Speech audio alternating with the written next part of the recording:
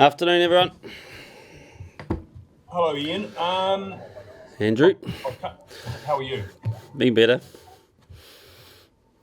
I'll cut to the chase. The day after, it's still a red card, right? Yeah, well, nothing's changed. The ref still pulled red card out of his pocket, and it's just something we had to deal with and didn't deal with as well as we should have. The way the rules are, the way the game's gone or going, World Cup or not, this year, would you agree that that was a red card the day after? Oh, look, we've got to be respectful of the rules that we go into a game under, and we know what they are. We know now we've got a process we've got to go through. Everyone knows that, so we'll go through that. We've got to write a supporting argument about that situation. Like I saw two very different tackles and the two red cards in the game, and the judiciary process is about looking at them singularly and not collectively, and trying to make a big philosophical decision. So, but clearly we think there was some mitigation with off his tackle that we'll highlight, and we'll see what happens. There seem to be a few other instances, and I know you don't want to go through every breakdown of the 80 minutes, but your overview of the game and how it was controlled. Oh, look, it was a game played on the edge, wasn't it? I think everyone could see that, and there was a lot of intention, a lot of physicality from both teams, and some of that bordered on margins that makes people open for punishment. So it's quite frankly it sort of reminded us a little bit of the first test in Wellington, and that's why when people start talking about you don't need cards and all that, I kind of get that argument to one extent, but the flip side of it is it's a very physical game, and if we don't have clear boundaries, then it becomes really, really hard for everyone to play the skillful game that they need to. So, but hats off to Aussie. They pushed things and did it with a bit of control and got the result that they desperately wanted. It's Aussie, Ollie Ritchie here, mate. Was this a case of the Wallabies being better, or were you guys a bit flat, or potentially a bit of both? Oh, look, I didn't see massive difference in the Wallabies, to be honest. I saw an All Black performance. I thought the first 20, apart from the first try that we conceded, and good on the Wallabies for that, but I thought we looked reasonably composed with the ball. We were creating stuff. I don't think we, potentially actually backed ourselves to get the ball to the space that we needed to, and we'll take some of that on the chin. There might be combinations and people coming back in. I get all that, but it was certainly a game where we wanted to give opportunities to some players. Got no regrets about that, but and what we've got to do as an All Black team is demand that when we get opportunities in the game, that we're good enough and skillful enough to take them. And don't think we were. Just before half time's another case of that, where we pull out a lot of pressure, got a lot of penalties, and yet we weren't good enough to take advantage of that. And that's Test match rugby, and we've got to learn from that. Seemed to be quite a bit of niggle out there as well, maybe more than we're used to seeing from All Black teams. Is there anything, do you think, that you can put that down to? Was heightened kind of frustrations out there after the red card? Oh, I think off the ball stuff. I think cards always does that to a game, and people chipping away. It just there's a massive degree of emotion and feeling whenever the Wallabies play the All Blacks. And it's and last night's a classic case of it. It's when people talk about dead rubber and all that, clearly our number one priority was to win the Bledisloe. We did that, but we needed to back that up and really launch ourselves into this Tri Nations, and we also needed to make another statement against the Wallabies, and we didn't. And quite frankly, they responded the way we 100% expected them to, and that card got us into a little bit of a negative mindset, and it took us a little while to get through it. But I go back to the fact is that once they got a red card as well, the game was very even at that point, and no excuses. We needed to be calmer, and I thought the Wallabies were a little bit better at that in the second half than we were.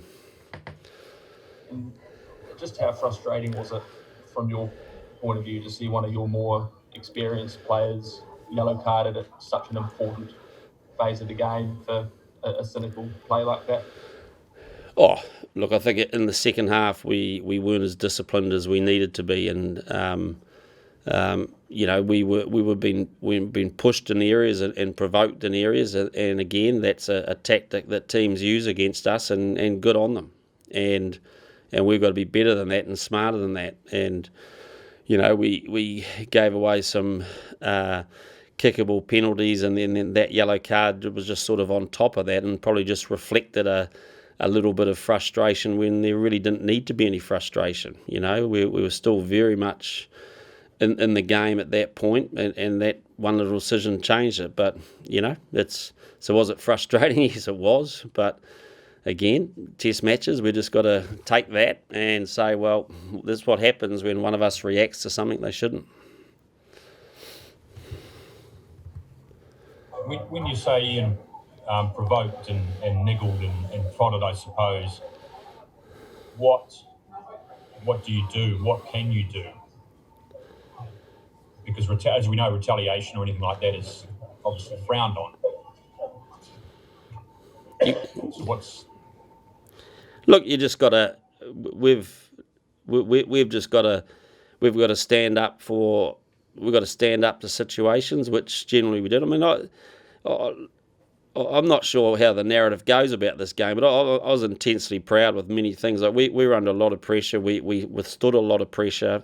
Physically, we kind of ran ourselves into the ground there for a while, and but you could just see that our game tightened up, and we got narrow in our perspective. We got narrow in the way that we played, and that to me is an indication of when we're not seeing things clearly, and we're more responding to the opposition rather than being proactive and forcing them to start responding to us. And I think, and I just think you just can't keep bashing yourself against a brick wall when you're feeling frustrated, because it makes it easier for them to get physical with you. So that was probably my frustration, that I just thought we lost our ability just to step back and say, okay, now what can we do here that's going to just widen our game a little bit and change the picture? And we spoke about it, and we had reasonably clear instructions, but it's another thing to do it under pressure. So you just got to learn not to get drawn into the small part of the game, and get our key leaders stepping back a little bit and seeing the bigger part. Buongiorno, Ian, Melita here. Buongiorno. Sto bene, grazie.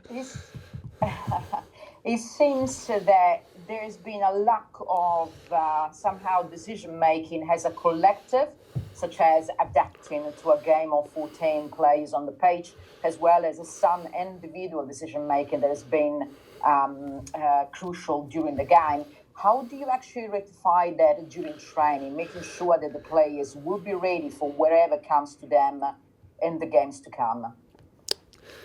Yeah, well, it's, this team, we're at our early phases, and suddenly you get a red card chucked in there, and it's very hard to duplicate a red card in every what-if scenario, because you'd have to go through different scenarios for 15 different players. But we talk about it. I'm really happy with the tactical things we made. I felt that, we made some clear decisions early on. Yes, it takes a few minutes to sort that out on the park, but overall, pretty happy with that. Very happy with the way we finished the first half. And so I think, it's one thing to know the strategy. It's another thing to actually implement it. And, we... under pressure, and I've got to take some of this on the chin. I put some new combinations out on that park, and, people like the likes of Nani, they haven't played for a long time, I know that, but we just felt this tour was about giving some people opportunity, and And so I've got no regrets, but we certainly looked a bit clunky in the collective decision making. But I think we'll be better for that when players have a bit more time under the belt. In terms of the big picture of how the Tri Nations is going, where do you put this loss, considering that you had some new players on the page? Oh, look, it's an All Black loss, so we're gutted, but we've also been here before, and it's, like I said, I think we've had 2 great tests leading into this where we probably achieved our number one objective for this tour, and we hit the reset button into the Tri Nations, and we also were pretty excited about playing at Suncorp, but there was another team that was a little bit more excited than us. So it's a very clear reminder that Test match rugby, nothing's for granted. Doesn't matter what happened last week. You got to keep climbing the mountain every week. And I think we did it twice in a row, Eden Park and Sydney, but we couldn't do it 3 in a row. And people will look for all sorts of reasons for that, but collectively as a group, we just got to say, okay, well, we didn't get that right, and we've got to go back into these next 2 Argentinian games and make sure we maximise these 2 games and this bye week in a very short international window to build as much as we can going into next year. How much are you going to change, considering that the Argentinians, they play a couple of games against Australia 15, you will have a look to those games. How much will your plan towards Argentina is going to change? Like, are you going to have the other guys coming back, or you're going to experiment a little bit more? Yeah, you have to wait and see. It's I said right from the start is that we wanted to grow a group here, and in order to grow a group, sometimes you got to make some changes, and making changes in this business comes with a degree of risk. And but I don't want to let a loss detract us from the objective of what we want to get as a collective group out of this tour. But the flip side of it is that we've got to put more pressure on this squad, that whoever is named has to go out and do the job that we need them to do. And so there's a lot of pressure on us during the week to get that right. But we obviously rested a few guys for this game, and so there's a reasonable chance that some of them might come back in. Last question. Thanks, Melita. How We'll just take a couple more questions and then we'll wrap up. Thanks, Melita. Thanks, Joe. Just last question for me. How disruptive was actually the travelling to the venue on the same day in terms of the routine of the players, in terms of the routine of the team, just for a logistics point of view? Oh, look, I think, and I just want to make sure that whatever answer I give you here, that this is for both teams. So we'll be really clear on that. But, both teams had to make some pretty significant adjustments to their daily routine as per normal. Like it's, we all probably spent 3.5 hours in buses and planes within 6 hours of kickoff. So it, it's clearly a different system. We got home back at Sydney about 2:45 in the morning. So it's been a big old day, and I guess that's the price you pay of having a tournament based in one place, and then you decide to send everyone up to another place for one day. So, but the fact is, it was fair because both teams had to do it. But what it did expose us to is that we had a change of routine. We challenged everyone to spend a lot of time on their structure, and we would have learnt. We'll make sure we review that to figure it out. But here's hoping we don't have to do that too many more times. Thank you, grazie. Last question, thanks team. Ian, Nick White, as he often does, was getting under a lot of people's skin, including TJ. Was there any thought earlier in that second half of changing TJ and bringing Brad on? Yeah, look, we always the subs was a tough one in this test because it was becoming a very physical defensive game, particularly in that second half, and that's TJ's strength, and felt he did that well.